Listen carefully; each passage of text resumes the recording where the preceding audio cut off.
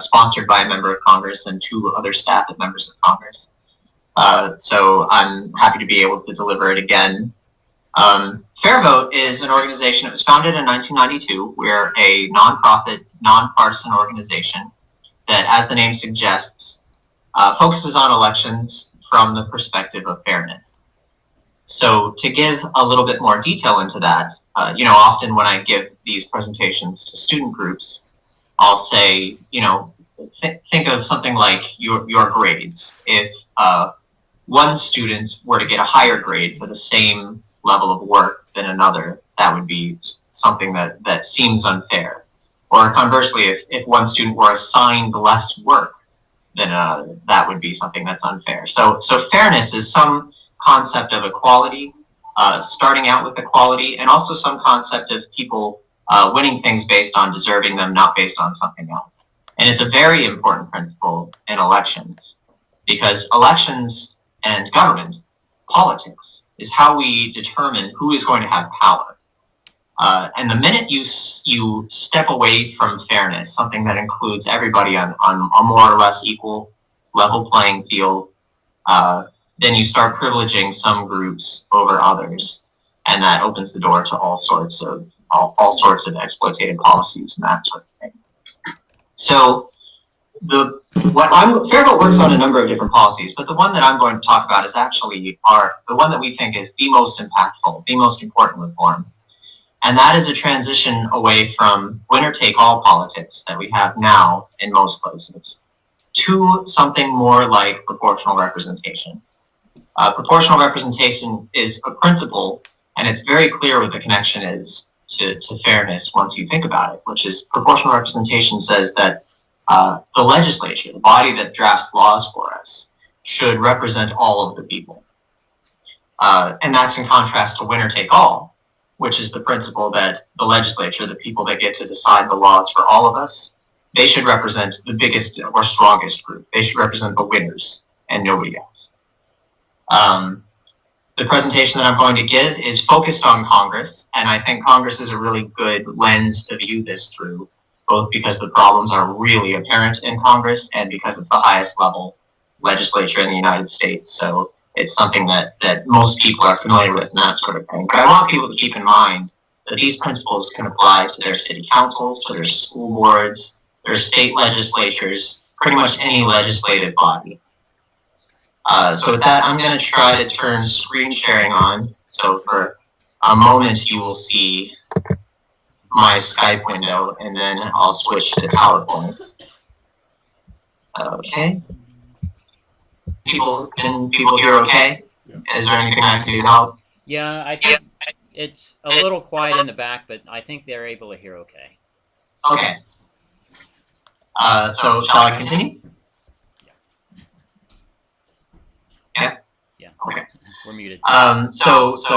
Beginning the presentation, I just wanted to start by giving a shout out to Michelle Whitaker. She's not here with me, obviously, but she helped me put together this presentation. Michelle Whitaker is the communications director at Fair Vote.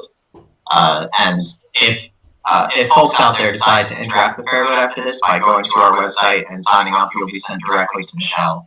And she can absolutely help plug you into all sorts of things that we do at Fair Vote. Sorry about this.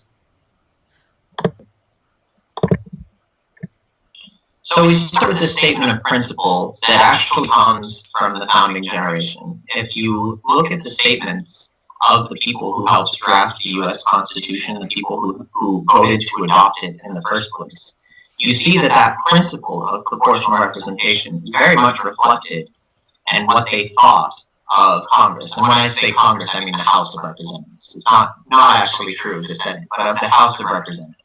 So this is a good representative quote from John Adams, that Congress should be a portrait in miniature of the people at large.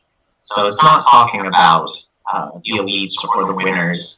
It's not talking about the most enlightened members of society or something like that. That was more of an attitude they had about the Senate, but the representatives, many statements talk about it being a reflection of the people. This is what we said. So this is what winner-take-all looks like in the United States House of Representatives. we have 435 districts, and overwhelmingly they're either red districts or blue districts. Red meaning that a Republican will be elected pretty much every year, blue meaning that a Democrat will be elected pretty much every year. There are a smaller number of these gray districts where we're not able to predict the outcome, but don't let the size of those districts confuse you. Nearly 90% of the districts are either safe Republican or safe Democratic districts. And that's because we are choosing to elect these 435 members of Congress in single elections. You can think of it sort of like this, right? Every election is one little unit. And when that happens, people vote in these areas in similar ways year after year, similar to the electoral college system where everyone knows that Texas is a red state, California is a blue state. They don't bother campaigning in those states to try to change them because the partisan voting patterns are fixed. And what winner take all means is that if you can get so much as 51%, you win everything. You win the one seat. It doesn't matter if you get 99% or 51%, it's the same one seat. And similarly, you can lose by a lot. Either way, you get nothing.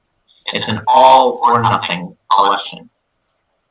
That's a choice that we've made. It doesn't have to be that way.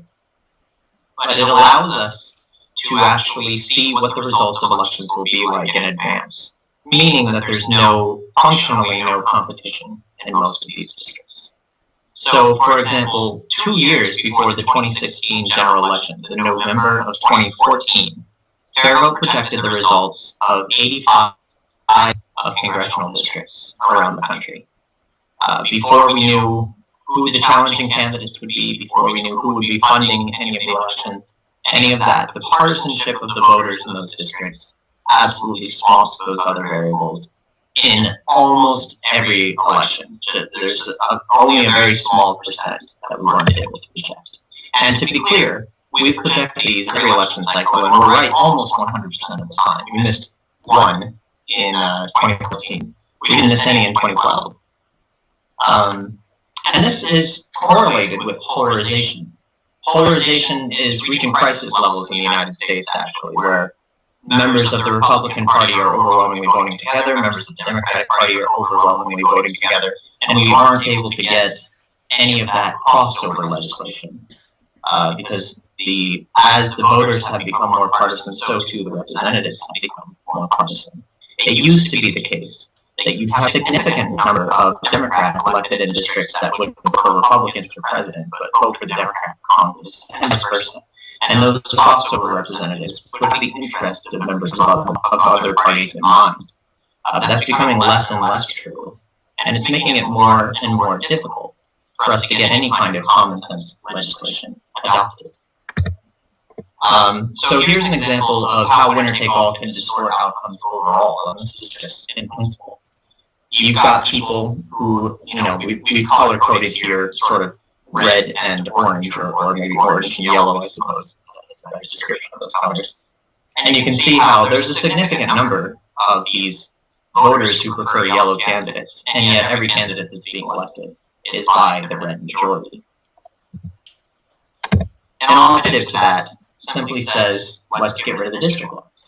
Let's still elect 3 people from this area, but not do it on the basis of districts.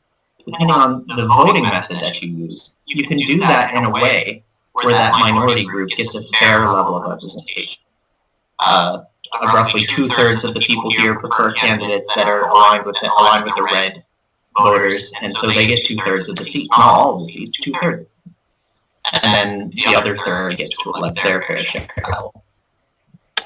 And to put this in more concrete terms, we can look at a state like Connecticut or Oklahoma, which both elect 5 seats, and both are swamped by one party's candidates. So in Connecticut, for example, every single district elects a Democrat. In Oklahoma, every single district elects a Republican. However, they're not just blue states or red states. Talking about them that way does a disservice to the diversity of people that live there. About 1/3 of voters in Connecticut prefer Republicans, and about 1/3 of voters in Oklahoma prefer Democrats. But they can't get over that 50% threshold to be able to elect somebody in any of those districts. If we were to instead just erase the district lines and allow people to choose the representatives themselves rather than based on where they live within district lines that were drawn around them, then we do not for a fair reflection. Case is a fair voting method. Here, this is what I was talking about when I was referring to proportional representation. What we call fair representation voting, means of voting, it's a voting method that helps to ensure that although the majority will be able to elect a majority of seats, it won't be able to elect every seat. The minority groups will be able to elect their fair share as well. The form of fair representation voting that we most strongly advocate for is called ranked choice voting.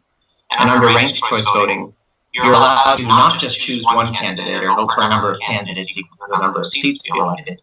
You actually get to rank all of the candidates. You get a fuller expression of your preferences on the ballot. My first choice is this candidate, my second choice is that candidate, my third choice is that candidate, and so on. It's a system that's fair to the majority. It's fair to the minority as well. There aren't wasted votes under this system because if your first choice can't win, your vote will still count for your second choice. And there's no gaming the system under this method. You can't split the vote among separate candidates or waste votes by packing people into a particular district. The way it works is basically by setting a threshold of election. So this is common among all systems of proportional representation. If a candidate, let's say 3 are to be elected, if a candidate gets more than a quarter of the votes, they'll be elected. The reason it's more than a quarter is because once you have more than a quarter of the vote, that guarantees that you can't lose if 3 are going to be elected. If you get extra votes, then your extra votes will count for your voters' second choices. And similarly, if you don't get that quarter of the votes, if you don't have enough, if those votes are split up among several candidates, you can eliminate candidates from the bottom and have them count for their second choices as well. This is something that's really best displayed visually, which is why I've asked John to have this video ready. And John, can you go ahead and switch the video so we can watch the mechanics of the counting?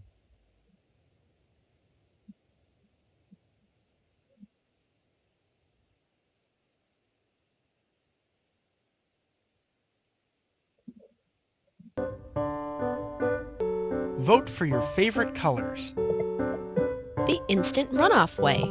Now with fractions. We already showed you how instant runoff elections work when there's only one winner. But when there's more than one winner, it's a little more complicated. We have 5 colors to choose from, and we're going to end up with 3 winners. To start, each voter chooses a favorite color, a second choice, and a third. All right, purple is my first choice, yellow comes in second, and I'll put blue in third place. Now we need a scoreboard. There were 36 votes cast. There will be 3 winners. In order for a color to win, it needs more than a quarter of the vote. That's because if a color gets that much, then it's mathematically impossible for it to lose. 36 divided by 4 is 9, and we need just over that. So plus 1 is 10. 10 votes is the finish line. Make it there, and you're one of the 3 winners. So let's count the votes.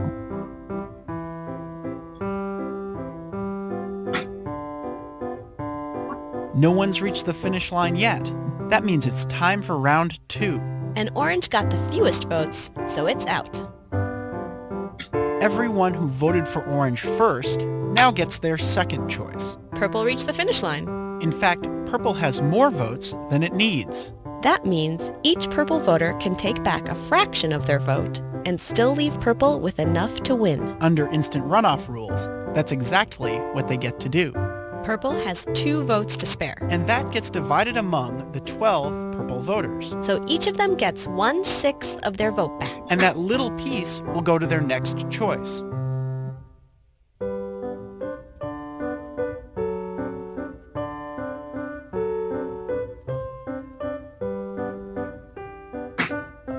Now blue has reached the finish line. No votes to spare, So no more fractions. Green is in last place.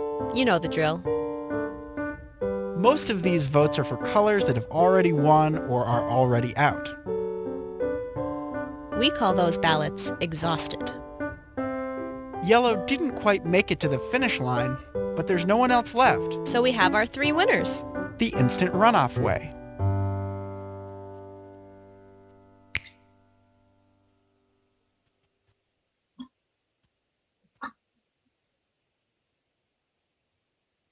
And John is moving around. Is the video done playing? Vote for your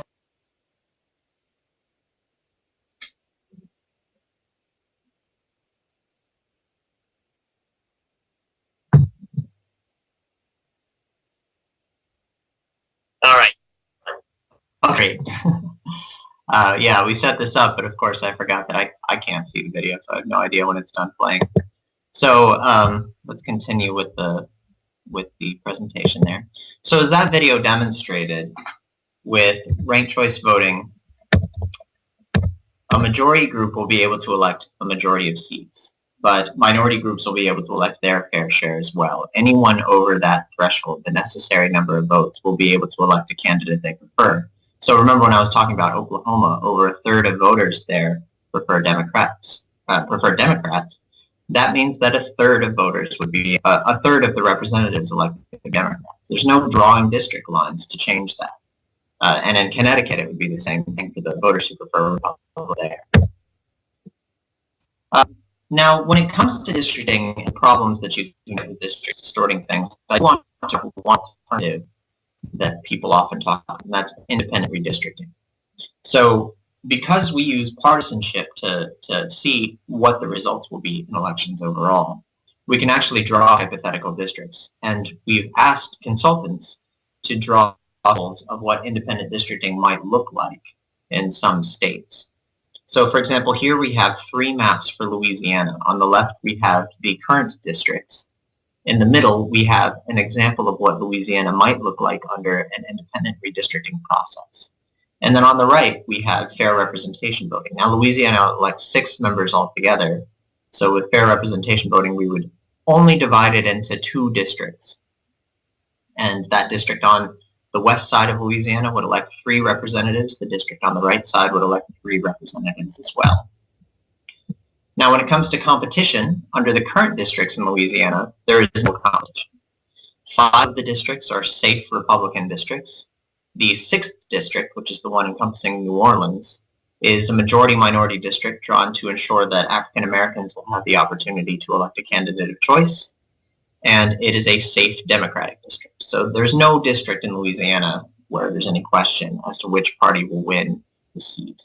Under independent redistricting, we have a slight improvement in competition. One of the districts actually becomes competitive.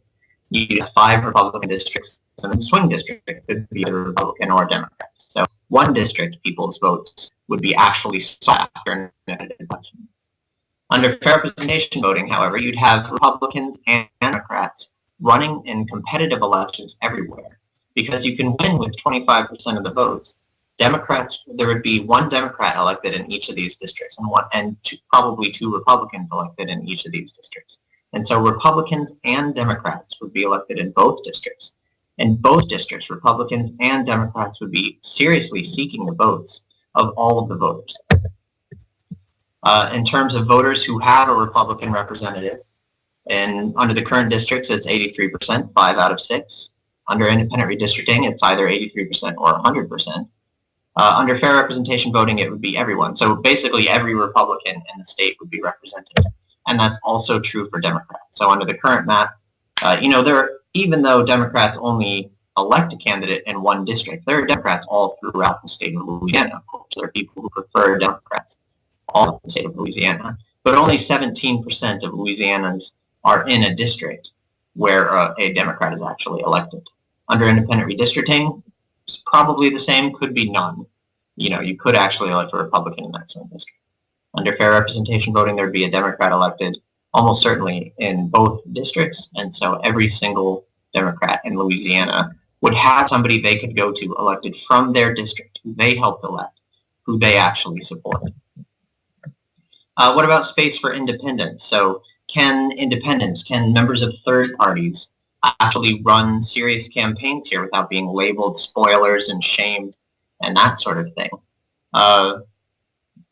Basically, under winner take all, that's never the case in any district. Either the district is safe, in which case we know who's going to win. The independent may be able to run to interject some points into the debate, but they probably won't be taken seriously. Under independent redistricting, that doesn't change things. It's still winner take all. But under fair representation voting, people would be able to honestly rank the candidates in order of choice, and independents would be able to hold the major parties accountable. With that lower threshold for election, if one of the major parties really stopped representing the people in their district, there'd be an opportunity for independents and third parties to be elected. And of course, in every country that uses some form of proportional representation, we see more than two political parties taking part in the legislature. And this also has an impact on women's representation. So there's a lot of evidence that women run and win more often in multi-seat elections. And there are a variety of reasons for that. So for example, if candidates are running on teams, because of course there's 3 candidates elected in each district, so the Democrats will run 3 candidates, the Republicans will run 3 candidates. They often try to diversify their teams. There's also some evidence that voters, when they're allowed to rank candidates instead of just voting for one, tend to take gender parity into account when ranking candidates. And so we'd likely see one of the districts elect a representative, or possibly both of the districts.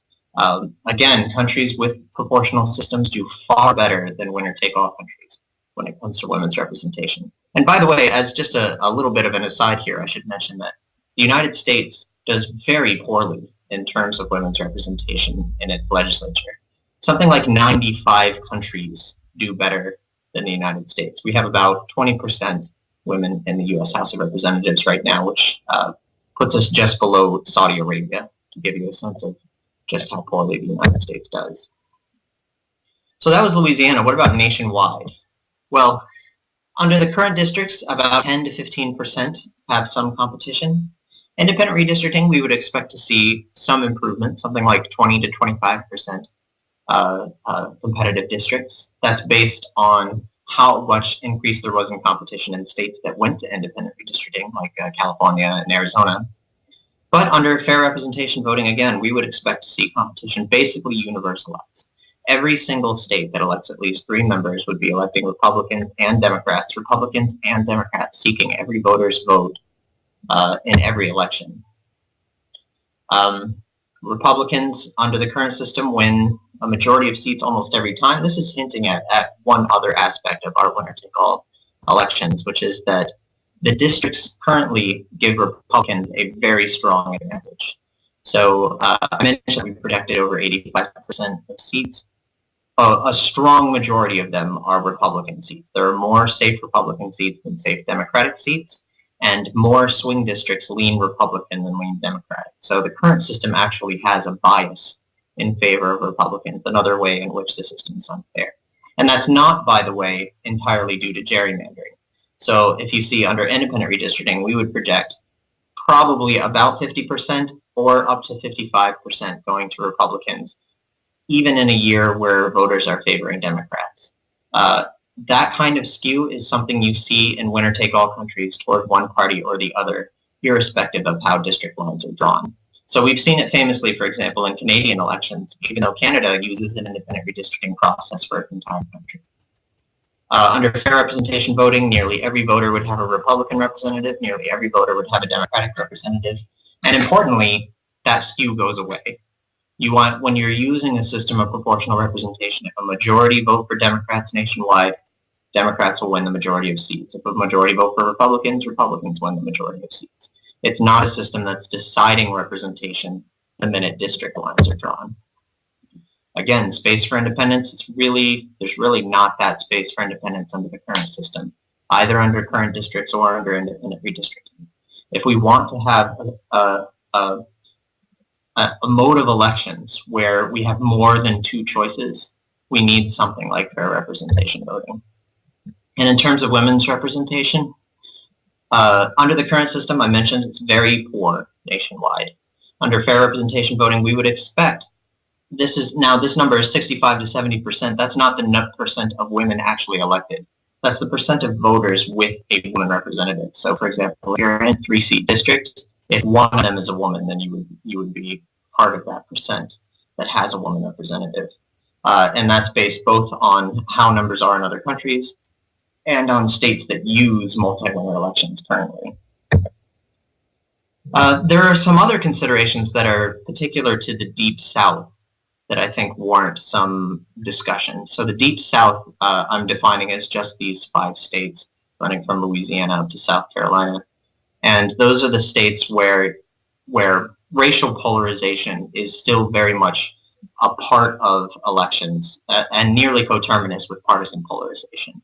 So you have a situation here where there are white majority districts and black majority districts fundamentally. And the white majority districts elect one character of candidate, and the black majority districts elect a different character of candidate. So in the Deep South, we have no competition under the current system. And there's a reason for that, right? Because if we, under the Voting Rights Act, there has to be some districts drawn so that the African American communities can elect a candidate of choice. But when you do that, you're having to draw basically safe districts. Because if it's a competitive district, you can't say that the African American community will be able to elect a candidate of choice. So you draw basically what is a safe Democratic district in which there's an African American majority. And that, in a sense, bleaches the other districts. It makes them more majority white and at the same time makes them less competitive as well. Independent redistricting, we'd see an increase in the number of competitive districts, though whether that would actually satisfy the Voting Rights Act would be an open question. Under fair representation voting, all of those districts would be competitive. In terms of how many voters have a non-white representative, meaning how many voters live in a place that can elect an African American candidate of choice, under the current system, 20 to 25%, that probably wouldn't change under independent redistricting because it too would be governed by the Voting Rights Act. Under fair representation voting, it would be everywhere. Remember, these district lines aren't going to govern anything anymore. As long as African Americans are above the threshold to elect, you would see them be able to elect a candidate of choice. And by the way, the other thing this would do is it would open up space for more cross-racial coalitions, including multiple minority groups. So, for example, there are no Latino majority districts anywhere in this area. The Latino population is not large enough to have a majority-minority district drawn for them at this point. But being able to rank candidates means that their votes would be sought after as well. And it would also mean that white and non-white representatives would be elected at every corner of the state, every corner of every state there. And so you'd start seeing white representatives and black representatives representing the same geographical areas, which can help sort of bridge that gap and create more of the cross-racial coalitions that we'd like to see. So a little bit about specifics. So I mentioned this was a presentation that we gave. This was a presentation that we gave in a briefing at the House of Representatives. It was sponsored by Representative Don Beyer from Virginia, who's somebody who has said that he's very interested in this proposal. He really wants to make it part of his time in Congress. And several members of Congress several staffers from members of Congress were in attendance and expressed interest afterwards. So this is a proposal that has a real potential to be drawn up into an actual bill, though that hasn't actually happened yet.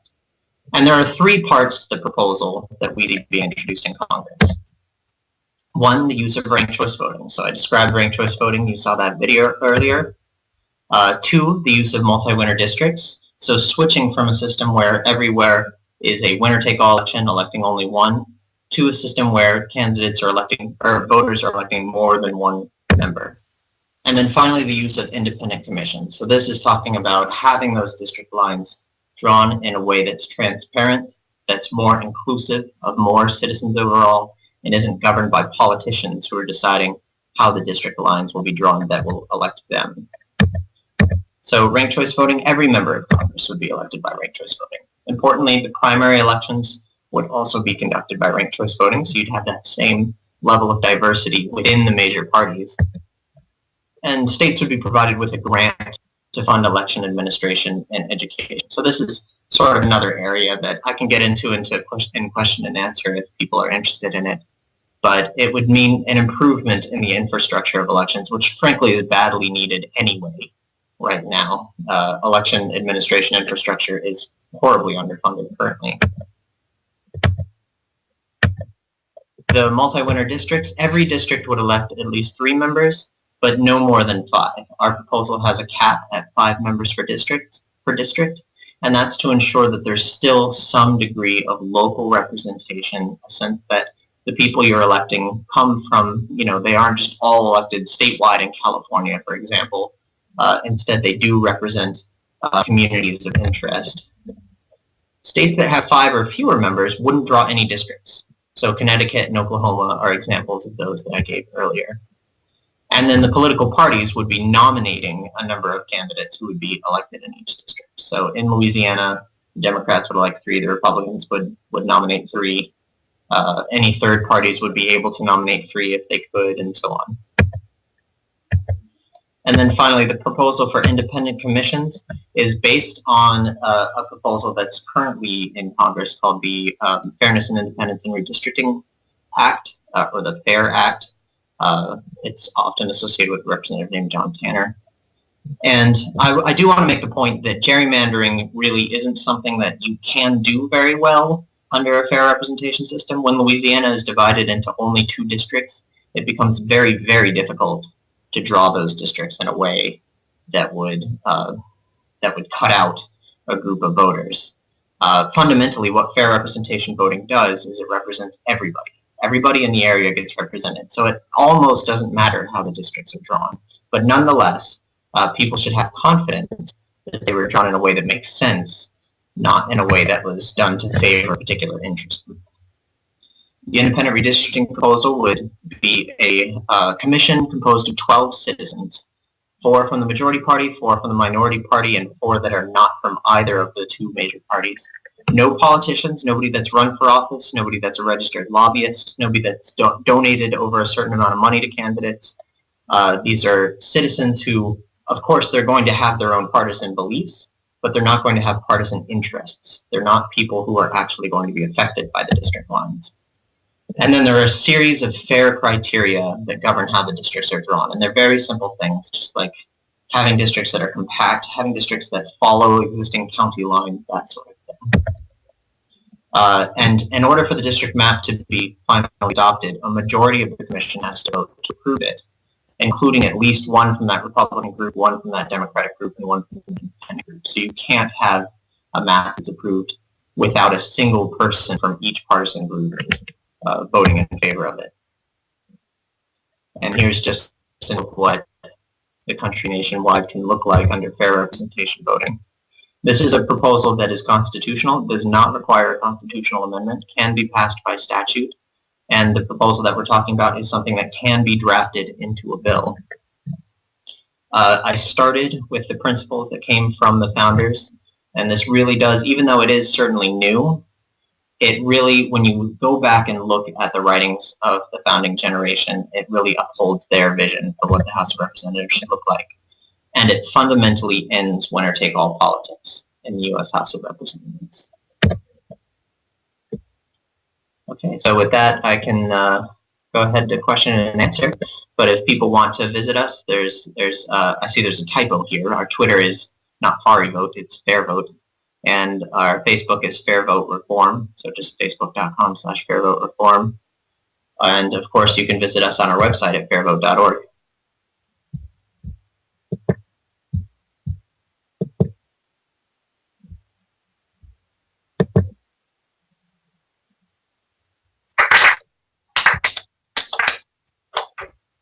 I could unmute it.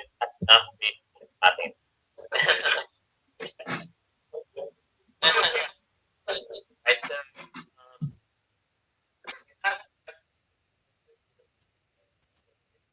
Sure. Yeah, that's a great question. It's one that we get all the time. Because often when we talk about proportional representation, people associate it with the systems that are used in Europe or in Asia, in which you have just this whole plethora of political parties. But if you look into the mechanics of it, there are really a couple of things that will prevent that from being the case in the United States. The most important one is that threshold for election. So the example, remember I said no district elects more than 5 members. The threshold for election for a district that's electing 5 is 17%. Now compare that to something like Israel, where the threshold for a political party to get a seat in their legislature is about 1%. So there you're going to start seeing more political parties able to get their one representative just based on even a single issue. And people often vote that way in those sorts of elections. So that higher threshold means that you're still going to see coalition parties developing. I do think that we would start to see more activity by independents and third parties in the country, but we would absolutely not be seeing, for example, an animal rights party winning seats in the House of Representatives or something like that. The single issue parties that you do see doing well in these other political parties. The larger political parties, we might start seeing some representatives elected from. So, for example, the Libertarian Party, or maybe even one that's particularly responsive to local concerns in somewhere like California. But overall, I think we still probably see mostly Republicans and mostly Democrats being elected in this system.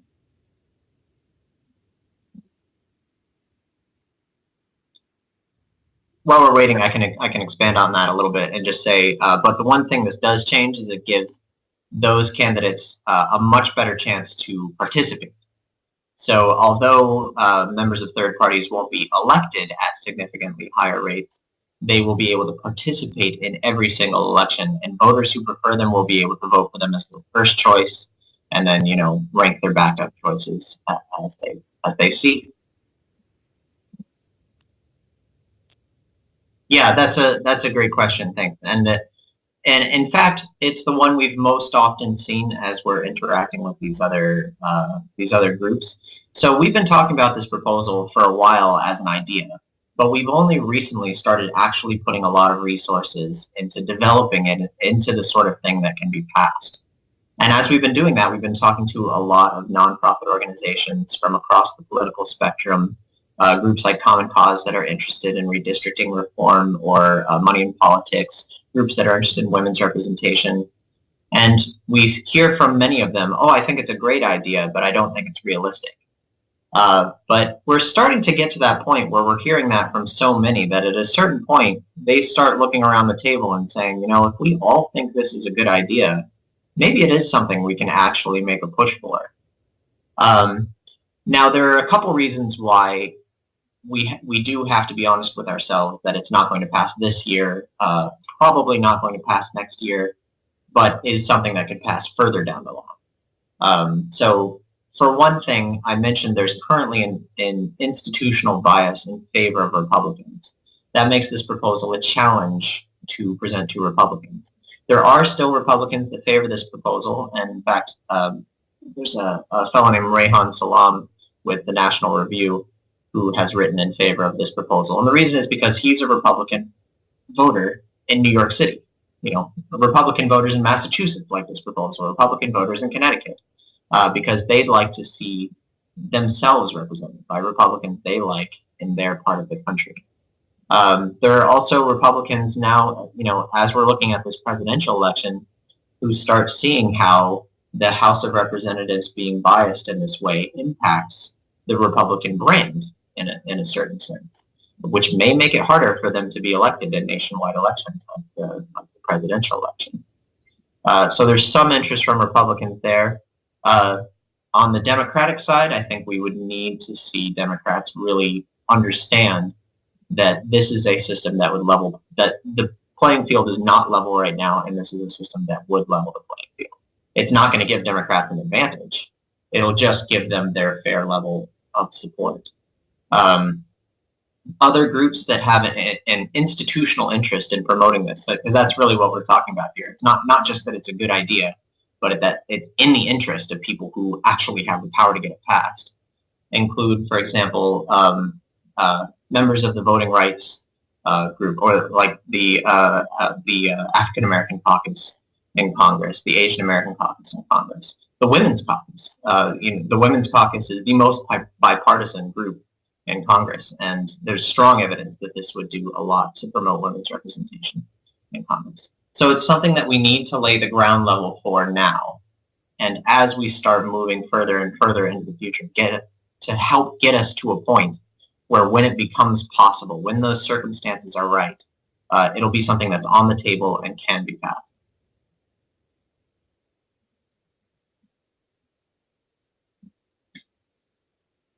just using the ranked ballots is something that's done actually a lot of places.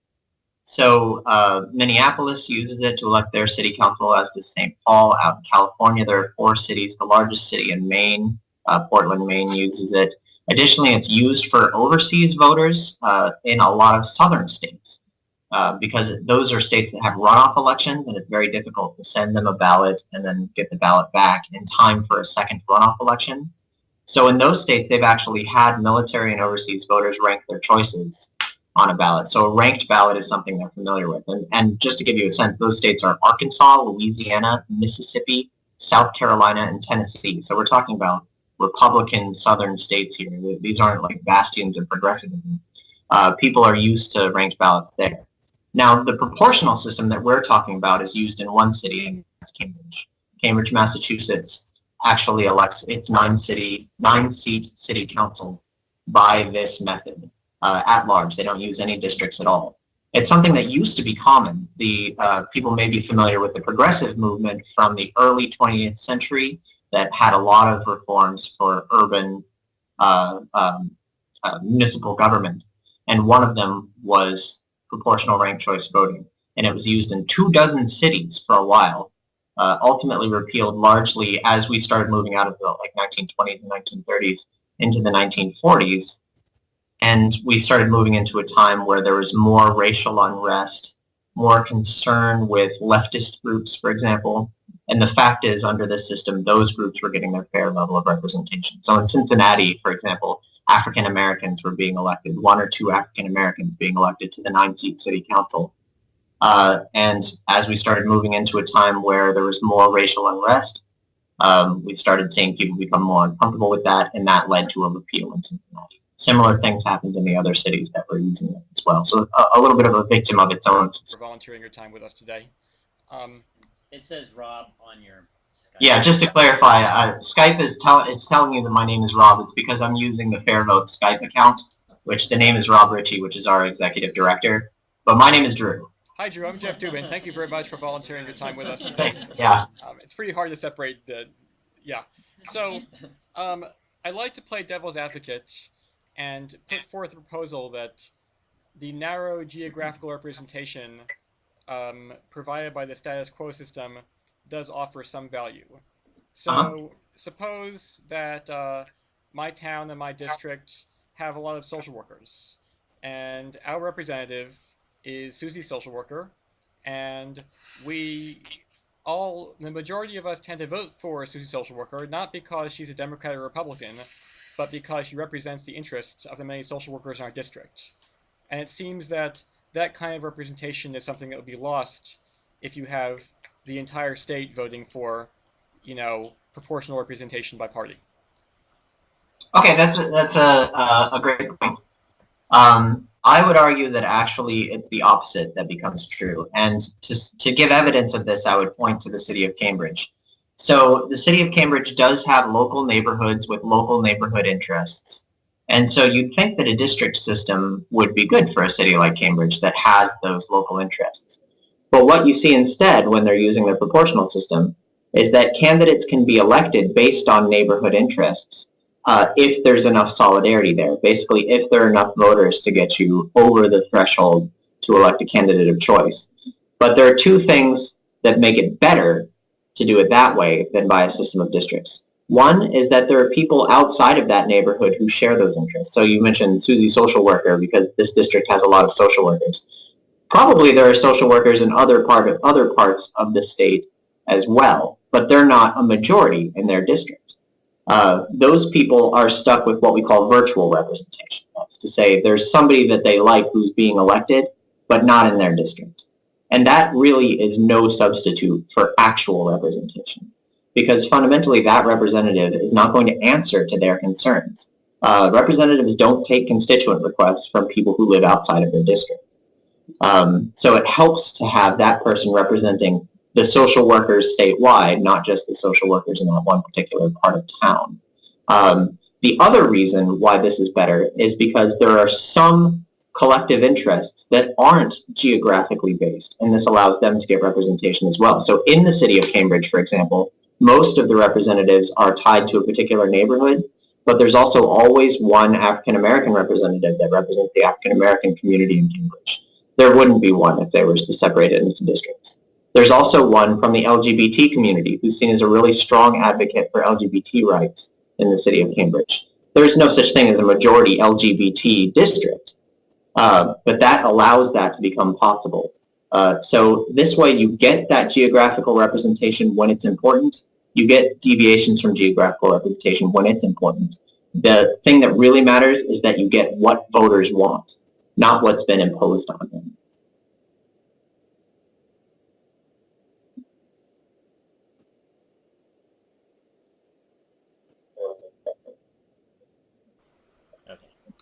Hi, Bob Ream here. Thank you, Drew, for being part of this event.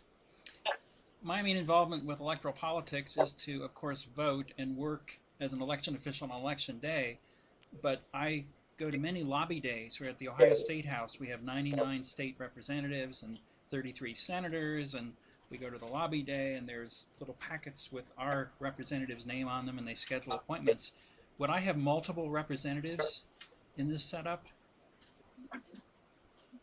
Okay, so that's an interesting point. So the question of the multi-winner district and what that impact that has on constituent concerns is an important one to address. Fortunately, it's already been addressed, and that's because there are 10 states right now that already use multi-winner elections. They don't use fair representation voting. They use winner-take-all methods. So, for example, Maryland, every single state house district elects 3 members to the state house. If it's a majority Democratic district, then all 3 will be Democrats. If it's a majority Republican district, all 3 will typically be Republicans. That's the way that multi-winner districts work in the United States right now, but we already have them. So we know the answer to questions like that.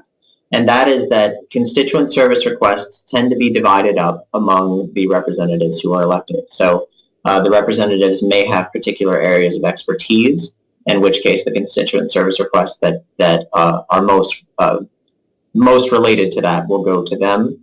Sometimes they'll be spread out among all 3 of them if there's something that's important to the district as a whole, or they'll share them in some way. But those sorts of cooperative arrangements are common in the United States right now.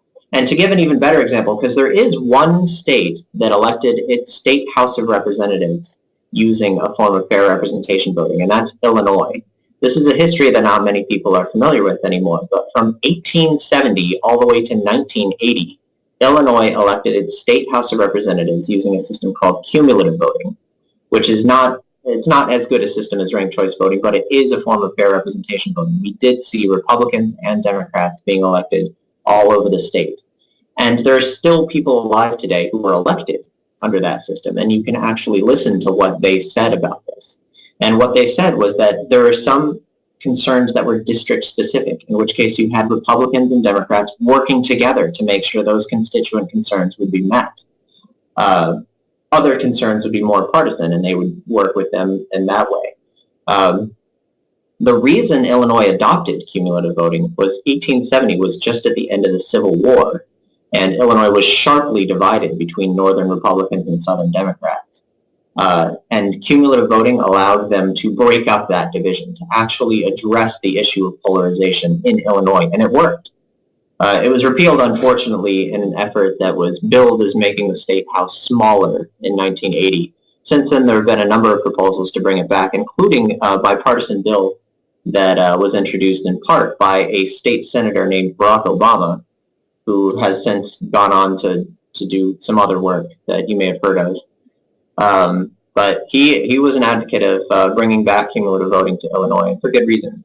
So that question of constituent, it is a little different, but it's something that we know how to deal with already.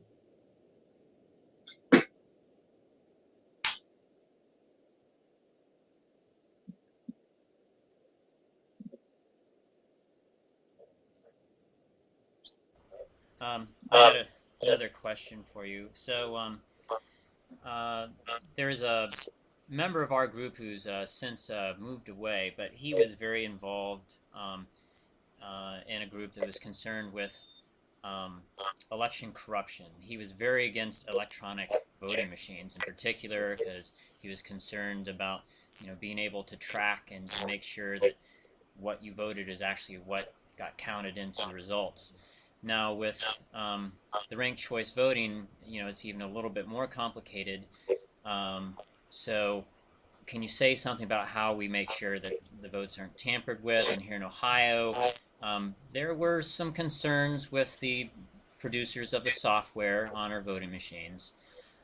So that's my question. Yeah, that's a great concern. It's a good one to bring up basically anytime you're talking about elections.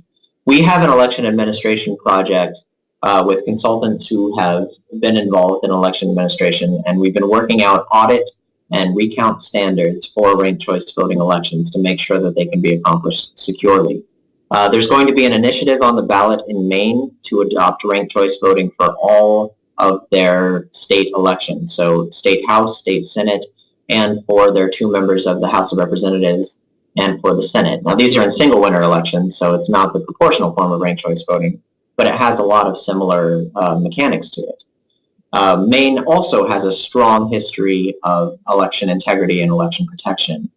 And so we're incorporating a lot of what we've learned about audits and about recounts and about paper trails and that sort of thing into our lessons as we help Maine with their administration process, talking to people like the Secretary of State to make sure that they're prepared for that.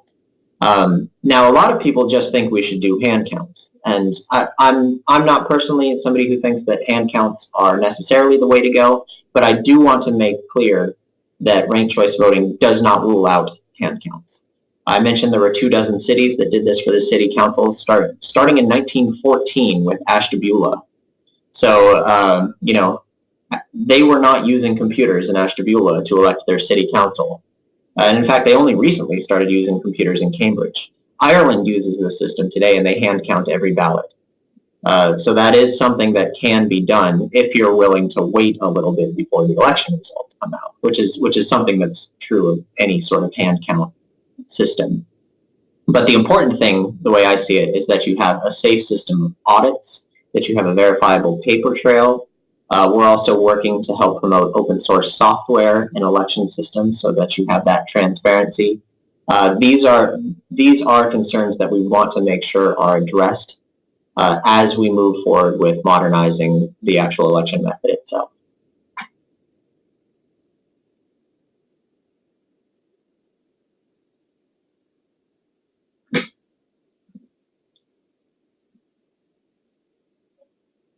Okay, I think everybody here completely understands it now. Yeah, if there are any follow-up questions, by all means, feel free to email info@fairvote.org, or you can go on our website, you can fill out the contact form there. Or if you'd like to get involved and help promote this in your city council or in your state legislature, that's a place where you can talk to us. And I'm happy to answer any follow-up questions by email as well. My email address is dspencer, like Drew Spencer, DSPENCER @fairvote.org. And John, you can distribute that to everyone there. Normally I would hand out business cards, but in the absence of that, just let everybody know my contact information. I'm happy to answer any questions. Okay. Thank you.